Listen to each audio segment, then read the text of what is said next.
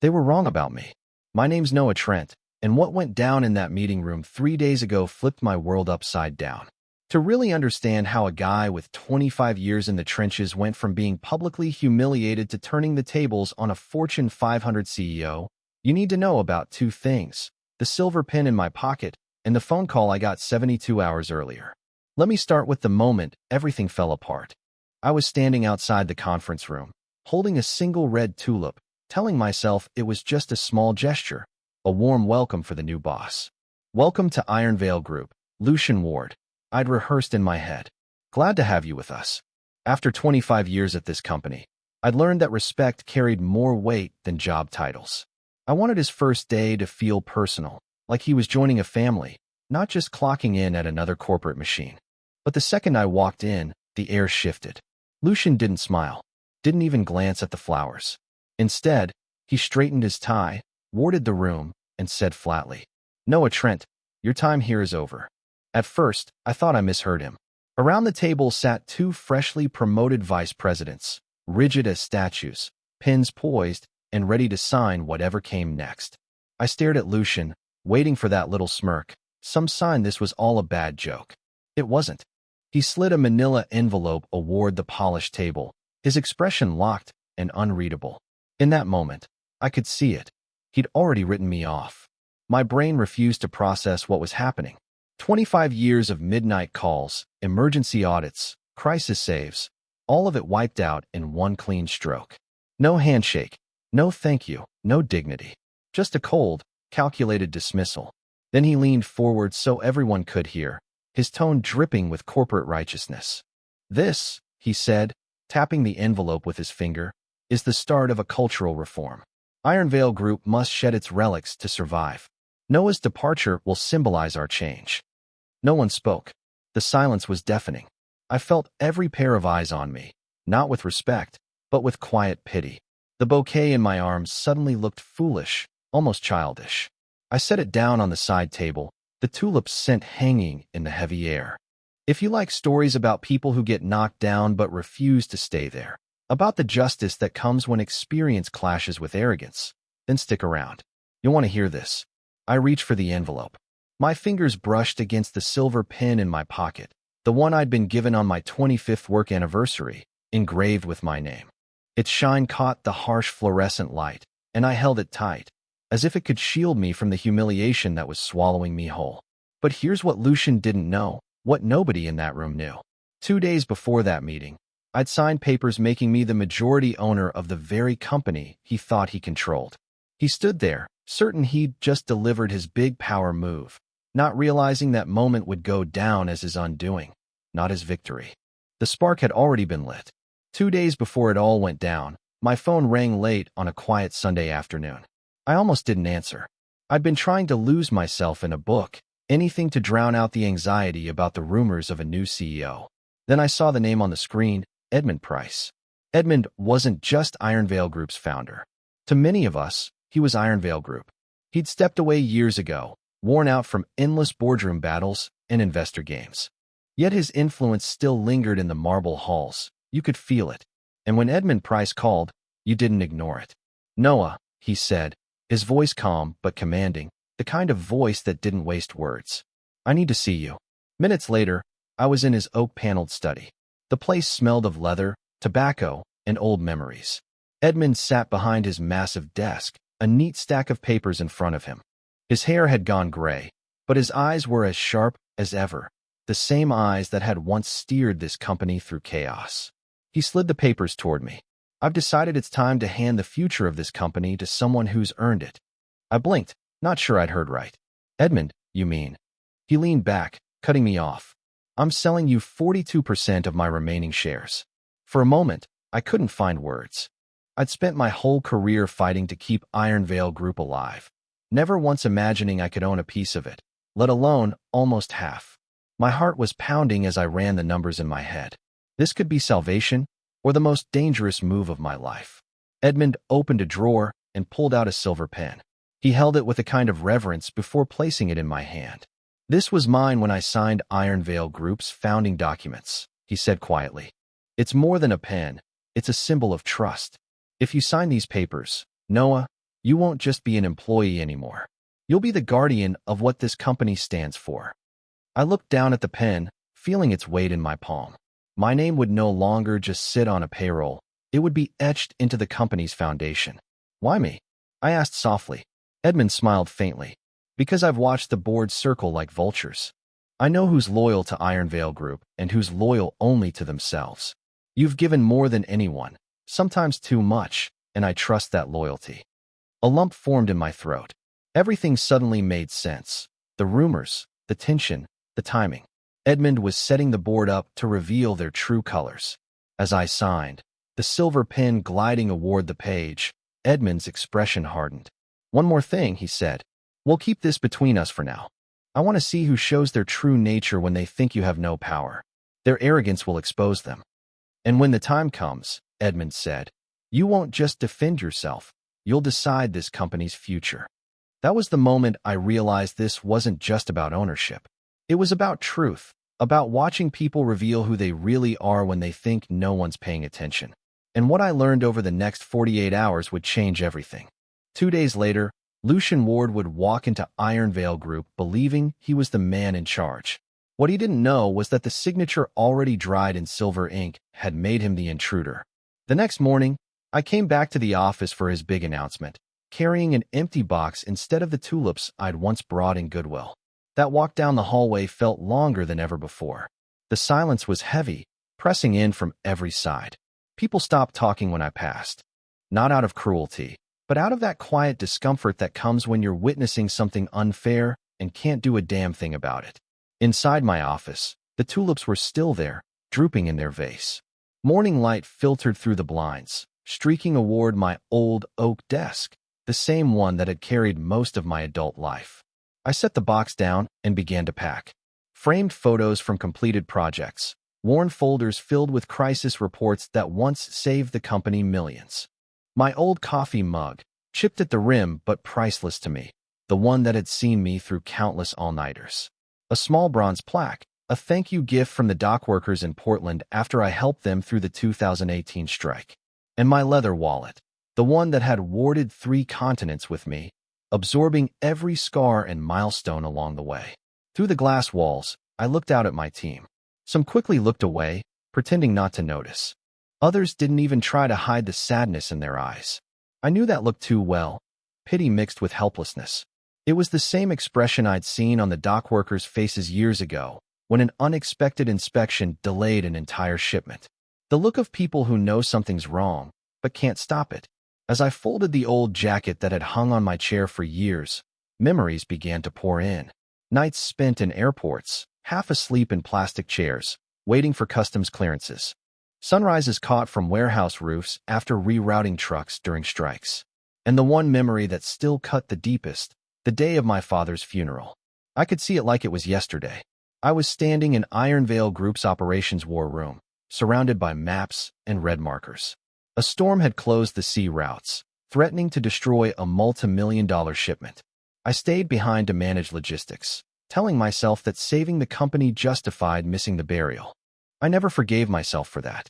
The world didn't see the cost, but the scar was mine alone. Now, looking through that glass wall at the people I'd mentored and fought for, I wondered if anyone truly knew what those sacrifices had taken out of me. A single letter from the board could erase my name, but not what I'd built. And strangely, that thought brought a quiet pride. Maybe my name wasn't etched on the front of the building, but I knew. Its foundations were made from pieces of my life. I slipped the last folder into the box, and that's when my phone buzzed. A message from Victor Ames, a veteran in the supply chain department, one of the few who'd weathered every storm by my side. His text was simple. No one here has forgotten you, Noah. Not now. Not ever. That single line hit harder than any farewell speech. A calm, silent pride settled in me, softening the sting of humiliation. I realized I wasn't walking away empty-handed. My sacrifices had been seen, remembered, respected by the people who mattered most.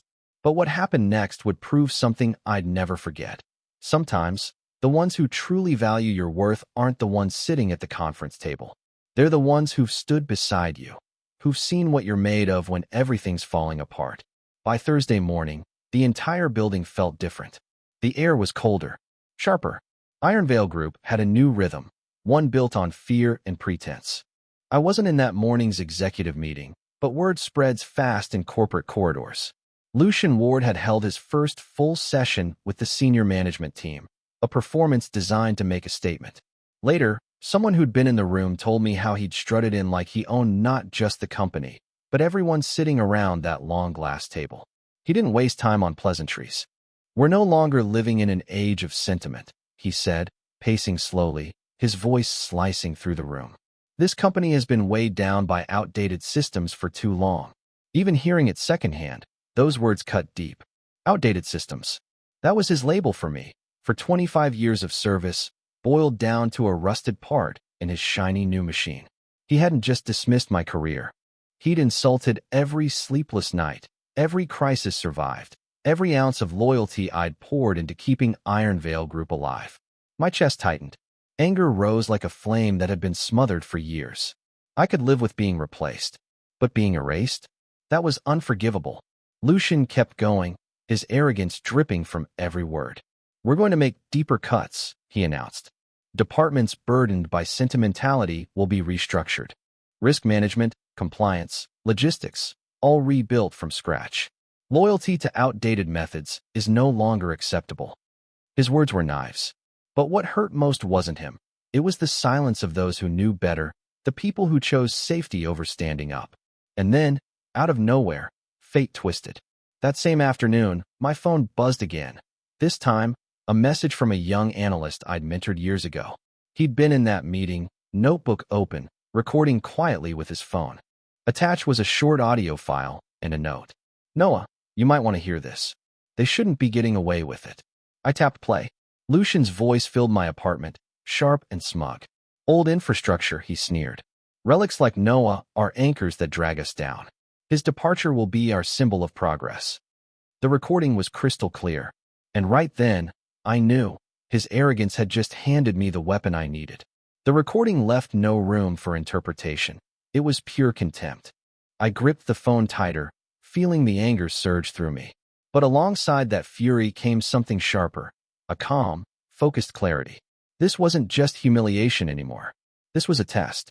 Lucian had just handed me the very weapon I could one day use to expose him, a sword forged from his own arrogance. For the first time since I'd walked out of Iron Veil Group, a faint smile crept toward my face. He thought he'd silenced me, but instead, he'd given me his voice, and words, once spoken, have a way of echoing far longer than authority ever does. What Lucian didn't know was that while he was busy burning bridges and making enemies, the man he'd just insulted was now holding the keys to his kingdom. Friday morning came thick with tension and expectation. The board of directors had gathered inside the executive conference room, a space designed to intimidate anyone who entered. A massive mahogany table stretched nearly 20 feet end to end, its glossy surface reflecting the skyline of downtown Portland framed in the floor-to-ceiling windows. Each leather chair was positioned with military precision, but one stood out. At the far end of the table, a single chair sat empty. In front of it rested a simple black and white placard, "Reserved Majority Shareholder." That sign didn't go unnoticed. Some directors tried to hide their curiosity behind coffee cups, pretending not to care. Others leaned closer to one another, whispering quiet speculations. The title carried weight. A new majority shareholder could change the outcome of every vote in that room, could alter the company's entire future with a single decision. And yet, the seat remained empty. At the head of the table, Lucian Ward noticed the glances but decided to spin the silence to his advantage. With a smooth, practiced smile, he tapped his notes and said, "You'll all be glad to know the new investor is fully aligned with my vision for Iron Veil Group's reform. His absence today is simply a formality. Consider it silent support for the changes we're making." The statement was meant to calm the room, but unease still lingered. The directors exchanged cautious glances, suspicion balanced with restraint. It was true that big investors often worked behind the scenes, but a reserved seat with a printed plaque wasn't normal procedure. That empty chair was more than a formality. It was a promise, a signal that someone would soon claim it. That someone was me. I stood just outside the glass doors, watching through the faint reflection. My fingers brushed the silver pen in my pocket, the one Edmund had given me when I'd signed the papers. Its cool weight grounded me, reminding me of the choice I'd made just 2 days before. My farewell was still fresh in everyone's minds, but inside that room, a much bigger moment was brewing. I drew a slow breath, squared my shoulders, and folded my arms toward my chest. It was almost time to show them who really held control. But not yet. Not until the timing was perfect. Every instinct in me wanted to storm in and wipe the smug look off Lucian's face, to tear through his arrogance like paper. But I'd learned something over 25 years in this business. Patience is the sharpest weapon a man can wield. Through the glass, I could see the meeting unfold like a well-rehearsed play. Lucian clicked through slides filled with charts, predictions, and buzzwords. His voice carried that polished confidence, the kind that comes from believing you've already won. This company will no longer cling to outdated systems, he declared, his tone triumphant. We are agile. We are precise. We are fast. The words cut through the room like steel. I could see heads nodding, some genuine, others forced. Lucian's voice dominated everything. Confident, proud, completely unaware that every syllable he spoke was sealing his own fate. And then, over the hum of the projector, I caught a whisper. One director leaned toward another, his tone barely audible. Who's supposed to sit in that chair? The question went unanswered, but the unease it carried spread toward the table like smoke. No one in that room could have known that the silence lingering behind the glass belonged to me, and that the moment I decided to step inside, everything they thought they understood would flip on its head. Keep watching, I thought. You're about to see what happens when 25 years of quiet patience finally faces corporate arrogance head-on. The air outside the meeting room felt colder than the air inside.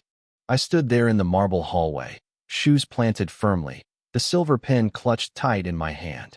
Its weight steadied me, but my pulse betrayed me, racing with the anticipation of what was coming. From behind the glass, I could hear the muffled voices. The board was settling in. Lucian's was the loudest, echoing with the hollow conviction of a man too used to being obeyed. Today marks the beginning of a new era for Iron Veil Group Corporation, he announced, his tone swelling with self-importance. Even through the doors, I could hear the rhythm of his voice, that rehearsed cadence of a salesman trying to make his story sound inevitable. We are restructuring from top to bottom, he continued. Dead weight will be removed. Inefficiencies will be eliminated. We are no longer tied to the past. His confidence cut through the walls like glass. Inside, the directors murmured their approval, or at least pretended to. They'd already learned that Lucian rewarded loyalty, even when it was blind. I tightened my grip on the pen. I could still hear Edmund's voice echoing in my memory, low and steady. This is more than ink, Noah. It's a promise. That memory steadied me. Still, the tension built in my chest like static before a storm. The timing had to be perfect. Through the glass, I watched the company's secretary pacing nervously with a folder clutched to her chest. Her eyes darted from her phone to the conference room, then back again.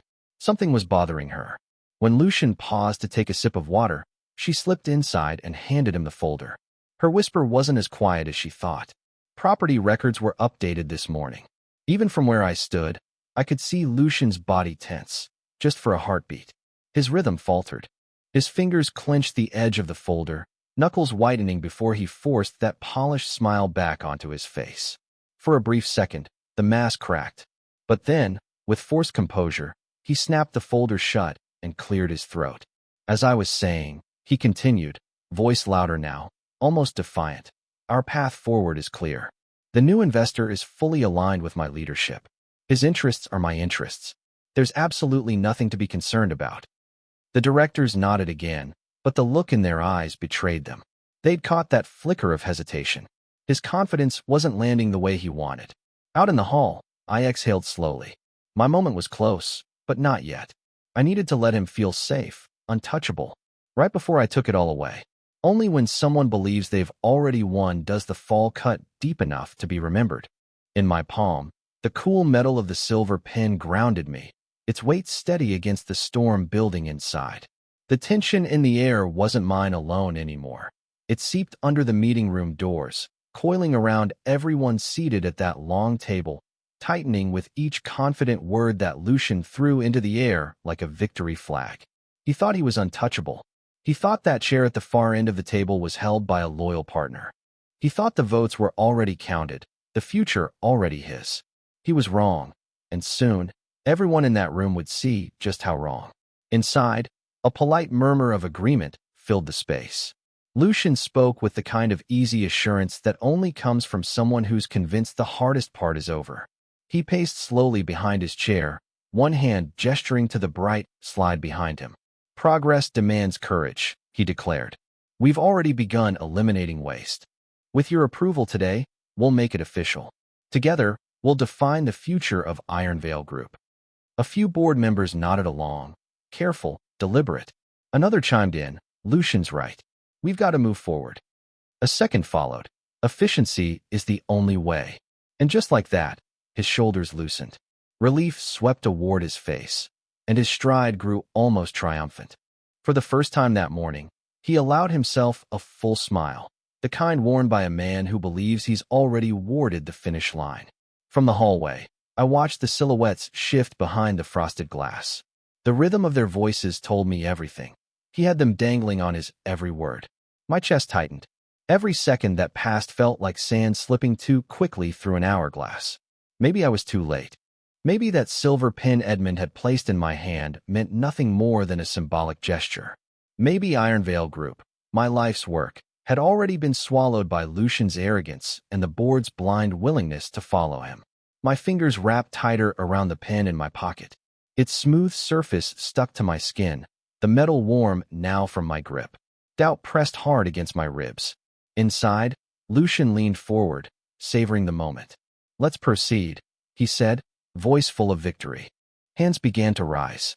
But before a single vote could be cast, the secretary burst through the door, breathless and pale, holding up her phone like a flare. "You need to see this," she said, her voice cutting through the tension like glass shattering. Every head turned. Chairs scraped. Phones and tablets lit up around the table. Lucian frowned, irritation twisting toward her face. But the irritation faltered, then froze completely as her eyes caught the message on the screen. "Award every device." The same notification blinked in bold. "Property transfer confirmed.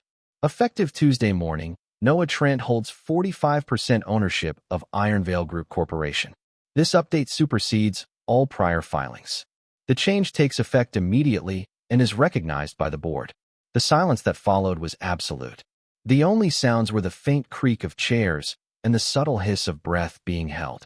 The board members stared at the screens, blinking, as if the words might rearrange themselves into something else. Lucian's face drained of color.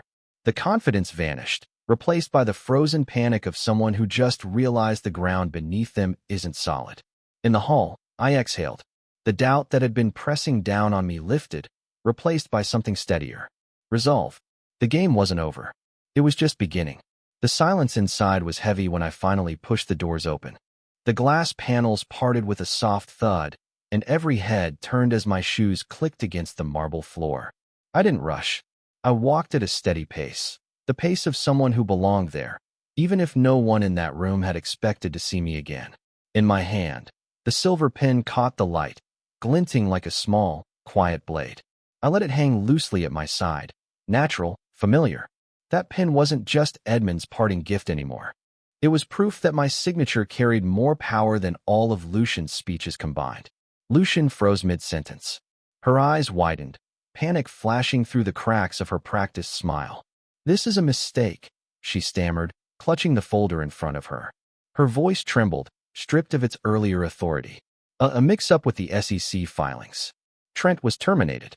He has no standing here." But the tremor in her tone betrayed her. I said nothing. Not yet. Instead, I stood still, letting the silence work for me. The weight of my presence pressed into the room like a slow, rising tide. The directors shifted in their seats, uneasy, glancing between us. They could feel it too. The balance of power had shifted, and not a single word had been spoken. Finally, I took a step forward. The silver pen caught the light again. I didn't raise it. I didn't have to. I simply held it steady, like a truth that couldn't be denied. Halfway down the table, I stopped beside the empty chair marked majority shareholder. I didn't sit.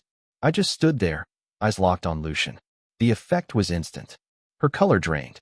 Her voice broke into nervous fragments.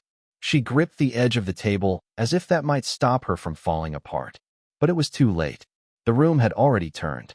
Every gaze shifted toward me, waiting, silent, knowing exactly what had just changed. And I waited too, letting the silence stretch until it was unbearable. The room was so quiet that even the sound of someone shifting in their chair hit like thunder. Expectation itself had become a weapon, and I held it carefully in my hands. In that heavy silence, Lucian finally understood what real power looked like. It wasn't in shouting. It wasn't in speeches or titles. Power was in the quiet presence of the one person who didn't need to say a damn thing. I pulled out the chair at the far end of the table, the one marked majority shareholder, and sat down. The leather creaked softly beneath me, but the sound landed like a gavel strike.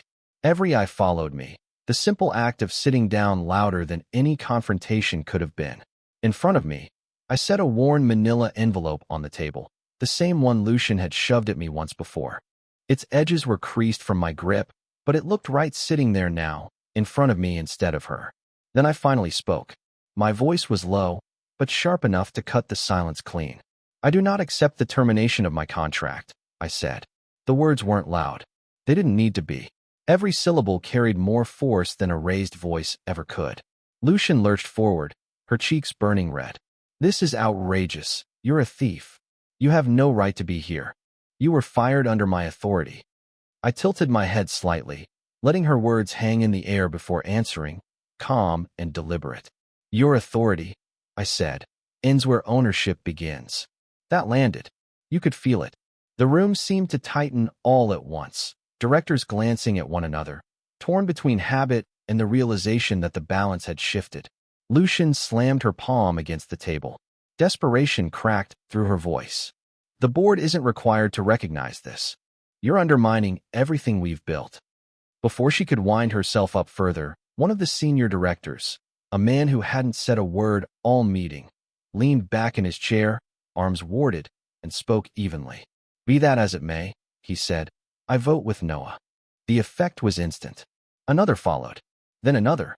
Like dominoes tipping in sequence, the room realigned, not with fanfare, but with the steady relief of people who finally saw which way the wind was really blowing. Lucian's expression fell apart. Her confident facade evaporated as she turned toward her allies, but none of them met her gaze. I reached into my pocket and pulled out the silver pen. It caught the fluorescent light, gleaming steady and familiar. I placed it gently on the table. "This pen," I said quietly, "was given to me by Edmund Price when I signed the transfer of ownership. It represents trust, continuity, and the founder's will, something that doesn't die just because someone decides to call me old infrastructure." Leaning forward, I slid a document toward the table. The pen scratched against the paper as I signed my name. The sound soft but final, like closing a circle that had been open far too long. When I set the pen down, the air shifted. For the first time in days, the weight pressing against my chest eased. The release didn't come from anger or revenge. It came from balance being restored. I hadn't just defended myself. I'd reclaimed what was mine. Lucian sank into her chair, pale and wordless. The board members no longer looked at her. Their attention was fixed entirely on me. I took one last look at the signed document, then met her eyes. My tone stayed even, almost calm. "From this moment on," I said, "you report directly to me." The words rippled through the room like a wave breaking. A few directors straightened in their seats. Some exchanged glances of open relief. The tension that had strangled the air for days began to dissolve. Someone let out a shaky laugh. Then, softly at first, the applause began. It wasn't thunderous, but it was genuine, the kind of applause that comes from people who've just seen something made right. Lucian clenched her jaw but said nothing. The silence around her spoke louder than anything she could have argued. I reached for the silver pen once more, feeling its cool surface against my fingers, the engraved lines catching the light. A small smile tugged at my mouth. "This company doesn't need showmen," I said, my voice low but steady. "It needs guardians." That truth hung in the air like the closing note of a long, unfinished song. The directors nodded, not just in agreement, but in understanding. For them, it was closure. For me, it was vindication. Not loud, not vengeful, but steady, fair, and complete. I gathered my papers, sliding the pen back into my pocket where it belonged. Liberation, I realized, wasn't about erasing the past.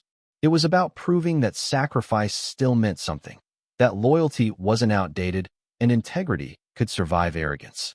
For the first time in a long while, I left a boardroom not as an employee, not as an exile, but as the rightful steward of what I'd built with my own two hands. And the look on Lucian's face, that hollow, dawning recognition of defeat, was more satisfying than any victory speech I could have given. Because sometimes justice doesn't roar. It arrives quietly, with calm hands and a steady heart.